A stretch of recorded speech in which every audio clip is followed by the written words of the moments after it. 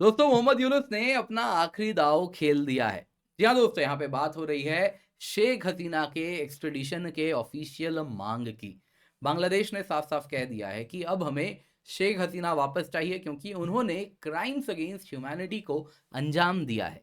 दरअसल दोस्तों ये फॉर्मल अब कहीं ना कहीं रिक्वेस्ट है। अब तक इस प्रकार की मांग अगर आप देखें तो इनफॉर्मल चैनल्स में उठ रही थी। आप देख सकते हैं बांग्लादेश के जो सो कॉल्ड ट्रिब्यूनल है, इंटरनेशनल क्राइम ट्रिब्यूनल, जिसके अंतर्गत उन्होंने एक स्पेशल ट्रिब्यूनल बनाया है केवल और केवल इसलिए ताकि जो शेख हसीना के गवर्नमेंट ने क्राइम्स अगेंस्ट ह्यूमैनिटी, ऐसे ऐसे आरोप हैं जो एलिजेड क्राइम्स अगेंस्ट ह्यूमैनिटी हैं, उनकी जांच हो सके। दोस्तों यहाँ पे जानना होगा, इस स्पेशल ट्रिब्यूनल ने तो इंटरपोल को भी कहा था कि रेड कॉर्नर नोटिस आप शेख हसीना के लिए इंट्रोड्यू के लिए निकलवाएं। ऐसी मांग बांग्लादेश सरकार से की थी कि जाइए जाके इंटरपोल से ये मांगिए। लेकिन दोस्तों बांग्लादेश कहीं ना कहीं इसमें रिलक्टेंट था। एक बात उसे अच्छे से मालूम था कि इंडिया का कहीं ना कहीं इसमें एक रेड लाइन है जो भारत ने साफ साफ कहा था कि इसको हम आपको पार नहीं करने देंगे। तो यहाँ पे दोस्तों हमें जानना होगा कि आखिरकार अब जब ऑफिशियल चैनल से मांग आ गई है एक्स्ट्रेडिशन की बांग्लादेश में, वहां पे जो ये सो कॉल्ड एडवाइजर्स हैं, वो उनका कहना बड़ा क्लियर है कि देखिए भारत का तो एक प्रिजन एक्सचेंज ट्रीटी है, प्रिजनर एक्सचेंज ट्रीटी है, भारत को तो मानना ही पड़ेगा और कोई ऑप्शन नहीं है। शेख हसीना ने ही ये ट्रीटी कहीं ने भारत के साथ साइन किया था ना, इसी के अंतर्गत इन्हें वापस लाएंगे। अब इस प्रकार के ख्याली पुलाव तो वहां पकाए जा रहे हैं, तो सवाल उठ रहा है क्या भारत बांग्लादेश को मना कर सकता है? लॉ क्या कहता है, अच्छे से जानेंगे। इसके सिवा ये भी जानेंगे क्या इंडिया को मना करना चाहिए, क्या सच में इससे कुछ बेनिफिट भारत के लिए है, या फिर शेख हसीना को लौटा के यूनुस के साथ संबंधों को सुधारा जाए, क्या ये भी हो सकता है? तो क्या इसमें इंडिया का कुछ गेन है? तो आइए जरा इसको अलग अलग तरीके से जरा सा एनालाइज करते हैं और देखते हैं क्या पता चल रहा है। पर इससे पहले आगे बढ़े, बहुत जरूरी ऑफर है, क्योंकि ये दोस्तों जो न्यूज़ है आपको जानना है, आज हमारा ऑफर खत्म होने वाला है। इसके बाद आपको इस कीमत पे सब्सक्रिप्शन नहीं मिलने वाली। दोस्तों आपको फ्लैट 50% ऑफ मिल रहा है और इतना ही नहीं, आपको डबल ड्यूरेशन का सब्सक्रिप्शन मिल रहा है। यानी कि अगर आप 9 महीने की सब्सक्रिप्शन लेते हैं तो आपको पहले तो आधे कीमत पे ये सब्सक्रिप्शन मिलेगा और ड्यूरेशन 18 महीने की हो जाएगी। 12 महीने की लेंगे 24 महीने की मिलेगी, 18 महीने की लेंगे 36 महीने की मिलेगी। ऑलरेडी जो कीमत जिस पे आप ये मिलेंगे वो आधी कीमत होगी।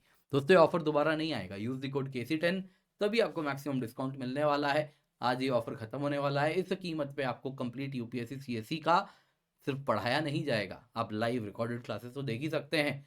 आपको GS, CSAT, prelims test series, mains test series with evaluation सब कुछ मिलेगा।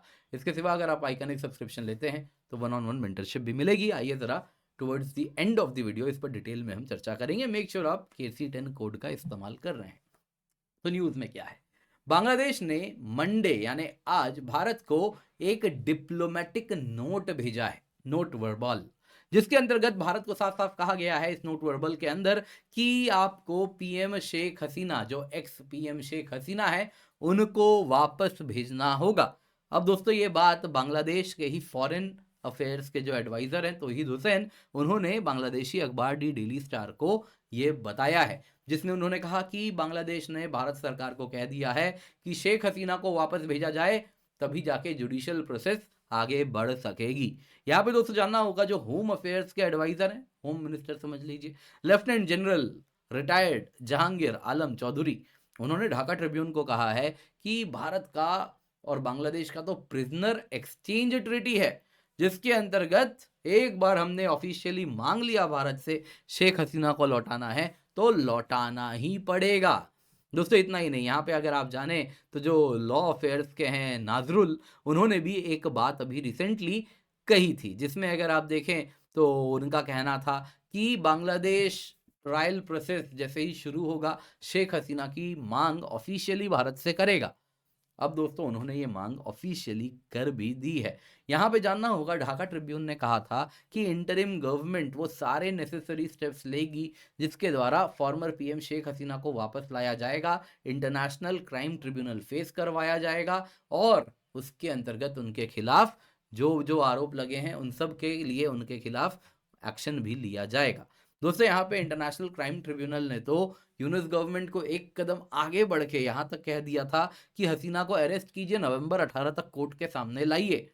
अब दोस्तों यहाँ पे जानना होगा, ये जो इंटरनेशनल क्राइम ट्रिब्यूनल है, ऐसा भी ये ना तो इंटरनेशनल है, ना तो ये कोई इंडिपेंडेंट ट्रिब्यूनल है। अगर आप देखें तो ये पूर्ण रूप से यूनुस और उसी के लोगों के द्वारा बनाया गया ट्रिब्यूनल है, जिसमें उसी के लोग हैं। जिसको अरेस्ट करवाना है सबको मालूम है, वो लिस्ट सबके सामने है। ऐसा भी नहीं कि कोई इंडिपेंडेंट जस्टिस डिलीवरी मैकेनिज्म यहाँ पर होने वाली है। ये पूर्ण रूप से एक पॉलिटिसाइज्ड संस्था है। तो सवाल उठता है, क्या इंडिया एक्स्ट्रेडिशन ट्रीटी के अंतर्गत बांग्लादेश को शेख हसीना लौटाने से मना कर सकता है? दरअसल दोस्तों 2013 का इंडिया बांग्लादेश का एक्स्ट्रेडिशन ट्रीटी है। 2016 में शेख हसीना ने इसको अमेंड किया था। भारत और बांग्लादेश ने मिलकर इसे अमेंड किया था। कई लोग कहते हैं ये शेख हसीना के ने अपने पैरों पे कुल्हाड़ी मार ली थी इस अमेंडमेंट के द्वारा। दरअसल हुआ यूं था कि जो पहले नीड्स थे एक्स्ट्रेडिशन करने के पहले, वो बड़े स्ट्रिक्ट थे। यदि पहले के रूल्स के अनुसार शेख हसीना को भारत को एक्स्ट्रेडाइट करना होता तो भारत क्लियरली मांग सकता था कि क्या एविडेंस हैं आपके पास, क्या प्रूफ हैं आपके पास, पहले वो जमा कीजिए। आपके एविडेंस को एक बार हम जरा समझेंगे, जांच करेंगे, फिर हम ये फैसला लेंगे। लेकिन 2016 के अमेंडमेंट के बाद उसकी नीड पूर्ण रूप से खत्म हो गई थी। क्लियरली कह दिया गया था यदि कोई कॉम्पिटेंट कोर्ट मांग करता है एक्स्ट्रेडिशन की तो सामने वाले देश को वो करना पड़ेगा। यहाँ पे इंटरिम गवर्नमेंट ऑफ बांग्लादेश ने फॉर्मली रिक्वेस्ट कर दिया है शेख हसीना के एक्स्ट्रेडिशन की। तो यहाँ पे आपको जानना होगा, उनका कहना है कि by treaty we are legally bound, क्योंकि एक्स्ट्रेडिशन रिक्वेस्ट में तो एक ही तरीका का क्राइम है जो कि आप रोक सकते हैं मांगने से, वो है डुअलिटी ऑफ क्राइम। जो भी क्राइम हो रहा है दोस्तों, इट शुड बी डुअल, मतलब कि क्राइम ऐसा हो जो दोनों देशों में गुनाह माना जाता हो। ऐसा हो सकता है कि कहीं पे किसी देश में ब्लास्फेमी लॉज नहीं है, वहां पे फ्रीडम ऑफ स्पीच एब्सोल्यूट है, तो उसमें यह हो सकता है कि ब्लास्फेमी लॉज वाले क्राइम के लिए यदि हम एक्स्ट्रेडिशन की मांग करें तो वो कह देंगे कि ना जी, हमारे यहाँ फ्रीडम ऑफ स्पीच है, ये इन क्राइम्स के लिए हम नहीं लौटाते, हमारे यहाँ ये क्रिमिनल ऑफेंस नहीं है, आप बोल सकते हैं। लेकिन दोस्तों यहाँ पे शेख हसीना के खिलाफ जो आरोप लगे हैं वो तो मर्डर के, जेनोसाइड के और किस किस चीज़ के लगे हैं, जो भारत में भी एक प्रकार का क्राइम है। तो हम डुअलिटी ऑफ क्राइम का हवाला तो नहीं दे सकते। फिर कैसे भारत मना कर सकता है बांग्लादेश को? मना अभी भी कर सकता है। अगर देखें तो इसी एक्स्ट्रेडिशन ट्रीटी में आर्टिकल 6 है, जिसमें साफ साफ लिखा है यदि कोई पॉलिटिकल ऑफेंस है तो उसमें एक्स्ट्रेडिशन करने से आप मना कर सकते हैं, क्योंकि ये जो ऑफेंस है ये पॉलिटिकल नेचर का है, तो हम नहीं इसमें अलाउ करते हैं एक्स्ट्रेडिशन की। भारत क्लियरली ये बोल सकता है। इसके सिवा आर्टिकल 8 है, जिसमें तो बहुत सारी बातें बताई गई हैं। आर्टिकल 8 देखें तो उसमें कहा गया है कि ऐसा यदि कोई एक्यूजेशन गुड फेथ में नहीं लगाया गया है, ये ऑफेंस मिलिट्री कोर्ट के द्वारा या किसी मिलिट्री लॉ के द्वारा फॉलो किया जा रहा है, तो भी उसको रोक सकते हैं। डिटेल में आपको मैं बताता हूं। आर्टिकल 8(1)(a)(3) 2013 की ट्रीटी में क्लियरली मेंशन है कि आप एक्स्ट्रेडिशन करने से मना कर सकते हैं यदि आपको लग रहा है कि जो ग्राउंड्स लगाए जा रहे हैं एक्स्ट्रेडिशन के वो अनजस्ट हैं, वो ऑप्रेसिव हैं। तो हम साफ साफ कह सकते हैं कि जी ये आरोप गुड फेथ में नहीं लगाए गए हैं, इंटरेस्ट ऑफ जस्टिस को सर्व नहीं करते हैं, और उसी के कहीं ना कहीं उसी के लिए हम मना करते हैं। यहाँ पे क्लियर है। अगर आप शेख हसीना जी के ऊपर देखें तो उनके ऊपर चार्जेस लगाए गए हैं मर्डर के, मास किलिंग के, जेनोसाइड के। हम क्लियरली कह सकते हैं कि ये अनजस्ट है, ये जबरदस्ती उनके ऊपर लगाया जा रहा है, पॉलिटिकल नेचर का है ये, और केवल अपनी पॉलिटिकल रोटी सेकने के लिए इस प्रकार से आरोप लगाए गए हैं। तो हम क्लियरली मना कर सकते हैं। India can easily refuse extradition. पर सवाल उठता है क्या इंडिया को रिफ्यूज करना चाहिए? यहां तक बात है, can India do it? Yes, India can do it, but should India refuse? देखिए दोस्तों, जहां तक बात है शुड की, एक बात आपको समझनी होगी कि सबसे पहले तो शेख हसीना को ना लौटा के भारत अपने पूरे के पूरे रीजन को मैसेज दे रहा है। फिर वो नेपाल के लीडर्स हों, भूटान के लीडर्स हों, श्रीलंका के लीडर्स हों, मालदीव्स के हों, जहाँ पे इसी प्रकार का सिचुएशन कभी भी कुछ भी बिगड़ सकता है। बांग्लादेश तो सबसे स्टेबल बताया जाता था इन सब में। अब उन सभी देशों में जो लीडर्स हैं उनको मैसेज है कि यदि हम शेख हसीना को नहीं लौटाते हैं तो ये मैसेज हम दे रहे हैं कि हम अपने पार्टनर्स के साथ खड़े रहने वाले हैं। हम ट्रांजैक्शनल नहीं है चाइना के जैसे कि आज फायदा हुआ तो लीडर को वापस कर दिया। तो इससे उन सभी लीडर्स को ये मैसेज जा रहा है कि आप इंडिया के साथ अपने रिश्तों को मजबूत करें। दूसरी तरफ अगर आप देखें तो कई लोग यहाँ पे कहेंगे कि देखिए जी, शेख हसीना को हम मना कर देंगे, क्या ज़रूरत है? क्यों ना यूनुस को खुश कर दिया जाए, शेख हसीना को लौटा देते हैं, वो भी खुश हो जाएँगे, हमारे काम आ जाएँगे, रिश्ते सुधर जाएँगे। देखिए ऐसा होने से रहा, यहाँ पे जो यूनुस आए हैं, अब चीज़ें तो समझ आ रही हैं उनको किसने बैठाया है, वो किसके इंटरेस्ट को सर्व करने आए हैं। कैसे क्लियरली यहाँ पे जो इस्लामिक रेडिकलिज़्म की आग है, वो बढ़ाते जा रहे हैं।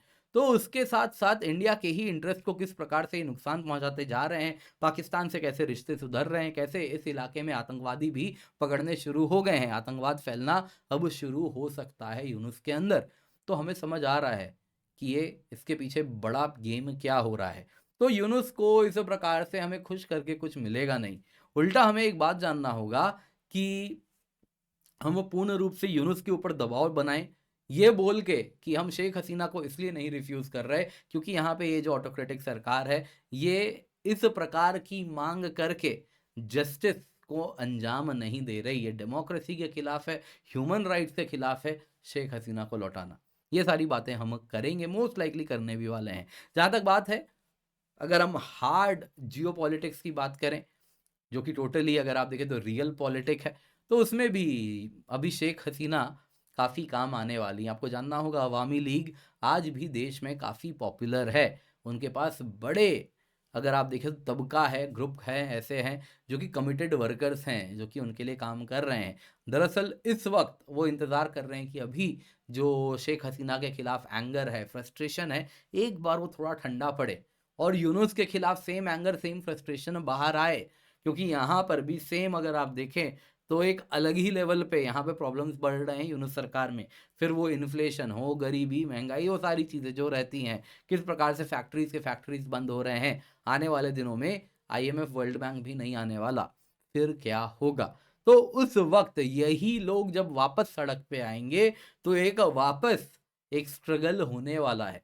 उसमें शेख हसीना का भारत में होना और उनको भारत के द्वारा बैक होना, ये बहुत बड़ा गेम फ्यूचर में खेलेगा। आप क्या समझते हैं? कमेंट करके अवश्य बताइएगा। इससे पहले आगे बढ़ें, आप लोगों के लिए ज़रूरी यहाँ पे अनाउंसमेंट है। फ्लैट 50% ऑफ है, डबल ड्यूरेशन है सब्सक्रिप्शन की, लेकिन आज ऑफर खत्म हो रहा है। Use the code KC10। यहाँ पे आपको बताना चाहूँगा, अगर आप 9 महीने की सब्सक्रिप्शन लेंगे, आपको आधी कीमत पे मिलेगी और ड्यूरेशन डबल मिलेगा। जी हाँ, आधे कीमत की सब्सक्रिप्शन, डबल ड्यूरेशन। 12 महीने की लेंगे, आधे कीमत का आप पे करेंगे, लेकिन आपको ड्यूरेशन मिलेगी 24 महीने की। 18 महीने की लेंगे, 50% ऑफ पे मिलेगा, यानी आधे कीमत पे। ड्यूरेशन डबल यानी 36 महीने का मिलेगा। इस कीमत पे आपको live classes, recorded classes, GS complete, CSAT complete, prelims test series, mains test series with evaluation भी मिलेगा। निश्चिंत होकर जुड़े। इसके सिवा दोस्तों हमारे नए बैचेस हैं, जो कि आप देख सकते हैं हिंदी में है, इंग्लिश में है, इंग्लिश में है, इंग्लिश में है, 2026 के लिए, 2027 के लिए है, हम लेकर के आए हैं। मेक श्योर आप इनका फ़ायदा उठाएं, यूज़ द कोड KC10। इसके सिवाय दोस्तों हमारे ऑप्शनल बैचेस भी हैं, जो कि हिस्ट्री, ज्योग्राफी, एंथ्रो, PSI और सोशियोलॉजी के लिए ज़रूर जुड़ें यूजिंग द कोड KC10। इसके सिवा हमारा यूपीएससी मॉक इंटरव्यू प्रोग्राम है, इसका हिस्सा आप अवश्य बने। जल्दी से जाएँ, जाके एनरोल करें।